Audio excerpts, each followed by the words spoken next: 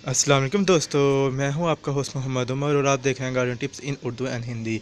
आज हमारा टॉपिक है क्रिसमस ट्री के ऊपर। इससे पहले हम अपने टॉपिक की तरफ चले, आप मेरा चैनल सब्सक्राइब करें और नीचे बेल आइकॉन को प्रेस भी करें ताकि मेरी हर आने वाली न्यू वीडियो आपको सबसे पहले मिल सके। आज हमारा टॉपिक है ये क्रिसमस ट्री के ऊपर। इसको हम अपने लोकल लैंग्वेज में मोर पंख भी कहते हैं, क्योंकि इसके पत्ते मोर के पंख की तरह होते हैं। और इसको पंजाबी में सरों का भी पौधा कहा जाता है। बहुत से लोगों का सवाल होता है कि हमने ने ने क्रिसमस ट्री घर में लगाया और ये मुरझाना शुरू हो गया। इसकी बहुत सी वजूहत होती हैं, जिसमें से चंद ये हैं कि Christmas tree totally indoor plant नहीं, ना ही सेमी इंडोर प्लांट है, बल्कि ये सनी प्लांट है। इसको सूरज की धूप बहुत पसंद होती है। सर्दी हो या गर्मी हो, ये क्रिसमस ट्री यानी मोर पंख को धूप ही पसंद होती है और ये धूप में इंजॉय करता है। इसके मरने की सबसे बड़ी वजह ये होती है कि हम इसको इंडोर प्लांट समझते हैं, क्योंकि अक्सर औक़ात हम फिल्मों और कार्टूनों में यही देखते हैं कि क्रिसमस ट्री घरों के अंदर लगाता है और इसलिए हम यही सोच कर इसको घर के अंदर लगा लेते हैं। लेकिन ये सोच हमारी गलत है, बल्कि ये सनी प्लांट है और इसको सूरज में ही मज़ा आता है। और बहुत से लोगों का ये भी सवाल होता है कि हमारा प्लांट सूरज में धूप में पड़ा पड़ा मर रहा है। इसकी सबसे बड़ी वजह ये होती है कि मोर पंख को पानी की बहुत ज़रूरत होती है। सर्दियों में इसको अमूमन रोज़ पानी की ज़रूरत होती है और गर्मियों में इसको दिन में 3 दफ़ा पानी देना चाहिए।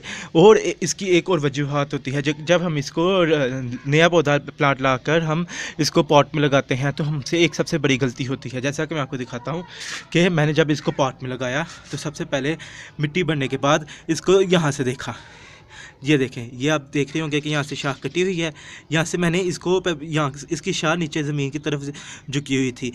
ये अमूमन इसको मोर पंख को हम पानी ज़्यादा दिया जाता है, इसलिए इसकी नीचे अगर शाखें नीचे इस तरह झुकी हों या थोड़ा सा भी नीचे लग रही हों, जैसा कि मैं आपको ये काट के दिखाऊंगा, इनको ऊपर वो फंगस बहुत जल्दी अटैक करता है, जिसकी वजह से प्लांट डेथ हो जाती है। अगर आप देखें कि आपके प्लांट के नीचे यहाँ से ट्रंक से कोई शाखें निकल रही हैं जिसको मिट्टी टच कर रही है, उसको आप पकड़ें और इसको काट दें,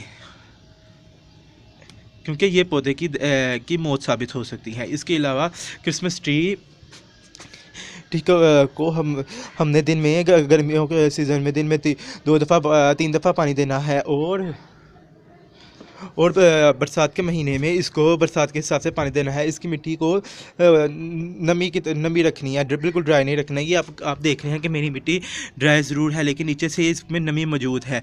और अभी इतनी गर्मियाँ स्टार्ट नहीं हुई, तकरीबन तीसरा या चौथा दिन है जो कि गर्मी हमारे एरिया में ज़्यादा हो गई है। इसलिए मैं इसको कल से पानी इसकी क्वांटिटी ज़्यादा करने वाला हूँ। आप भी आपके पास पे अगर मोर पंख लगा हुआ है तो इसको गर्मियों में पानी की क्वांटिटी ज़्यादा कर दिया करें।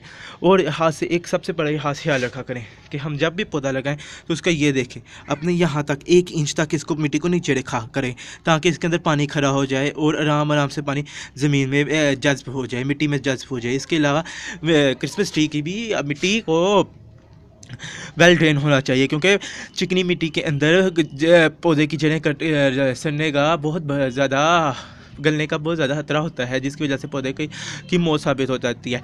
इसके अलावा लोग हमसे पूछते हैं कि हमने क्रिसमस ट्री लाया और आपकी हमने तमाम मशवरे सुने और उसके ऊपर अमल किया और हमारे पौधों के ऊपर इस तरह ये देखें पीले येलो कलर आना शुरू हो गया। ये इसके ऊपर अमूमन इसके का कोई नुकसान नहीं होता, बल्कि क्रिसमस ट्री इसी तरह चलता है। इसके ऊपर हल्का हल्का पिलाहट और ग्रीनरी रहती है। इसके अलावा क्रिसमस ट्री के ऊपर गर्मियों के सीज़न में इस तरह से ये देखें, इसके ये सीड पॉट होता है जो कि इसके ऊपर लगता है। लेकिन अमूमन क्रिसमस ट्री को नर्सरी वालों ने सीड से नहीं बल्कि के कलम से उगाया होता है। जैसा कि आप देख रहे हैं कि ये भी मुझे लाए हुए 1 महीना भी नहीं हुआ और इसकी ये मोटाई की तकरीबन 4-5 इंच है और ये किसी जवान दरख्त की ही टहनी है, जिसकी वजह से इसके ऊपर सीडलिंग भी होना शुरू हो गया। इसको अमूमन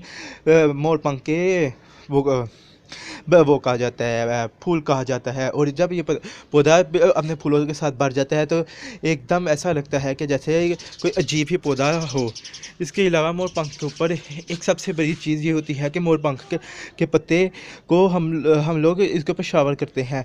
मोर पंख का पत्ता बहुत नाजुक होता है, जिसकी वजह से मोर पंख को के पत्तों पे ऊपर बहुत जल्दी फंगस लगना शुरू हो जाता है। इसके ऊपर आपने कतई शावर नहीं करना, बल्कि मोर पंख खुद ही अपने आप को साफ कर लेता है। इसके पत्ते ही इसी तरह के कुदरत ने बनाए हैं कि ये ज़रा हवा चले तो इसके ऊपर से खुद बहुत धूल मिट्टी साफ़ हो जाती है। अमूमन अगर हम देखें, जैसे कि मैं आपको ये प्लांट दिखा रहा हूँ, ये प्लांट, इसके ऊपर आप देखें कि इसके ऊपर धूल किस तरह जमी हुई है। ये देखें, साफ़ किया।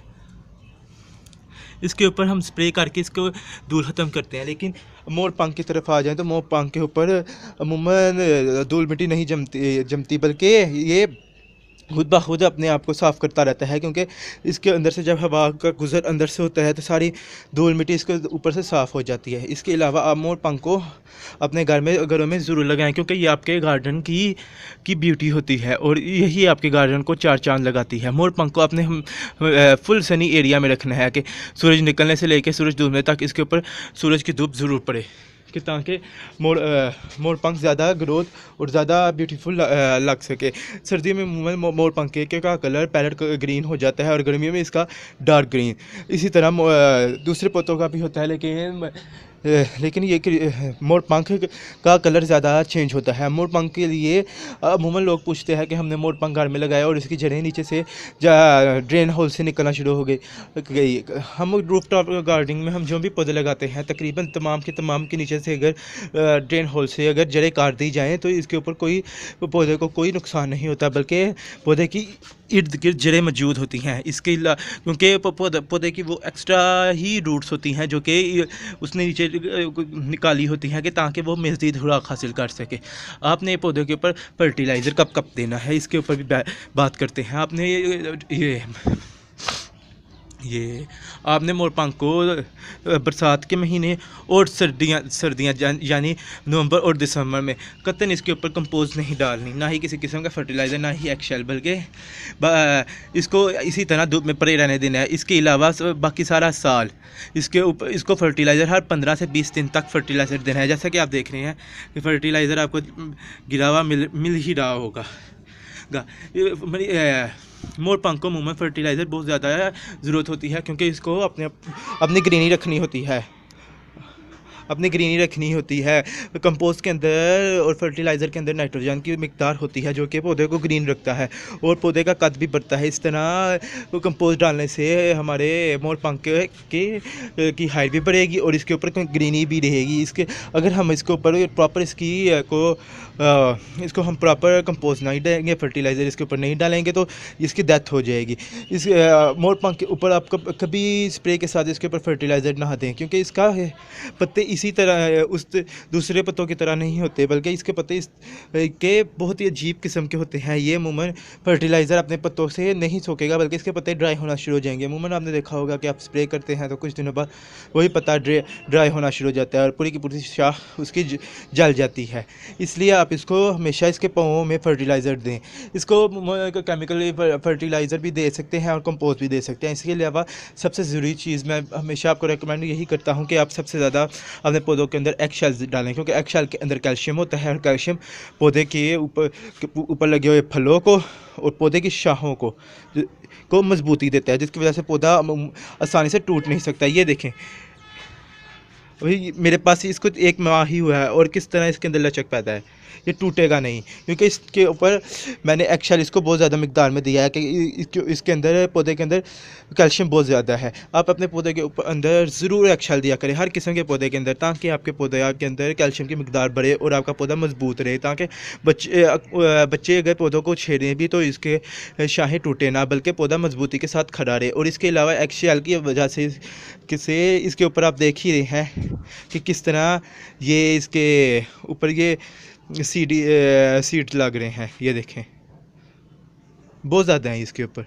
आप अपने पौधे के ऊपर ज़रूर ये चीज़ें करें और एक्शेल हर 15 डेज़ के बाद इसको ज़रूर दें, ताकि आपका पौधा अच्छी ग्रोथ कर सके। शुक्रिया।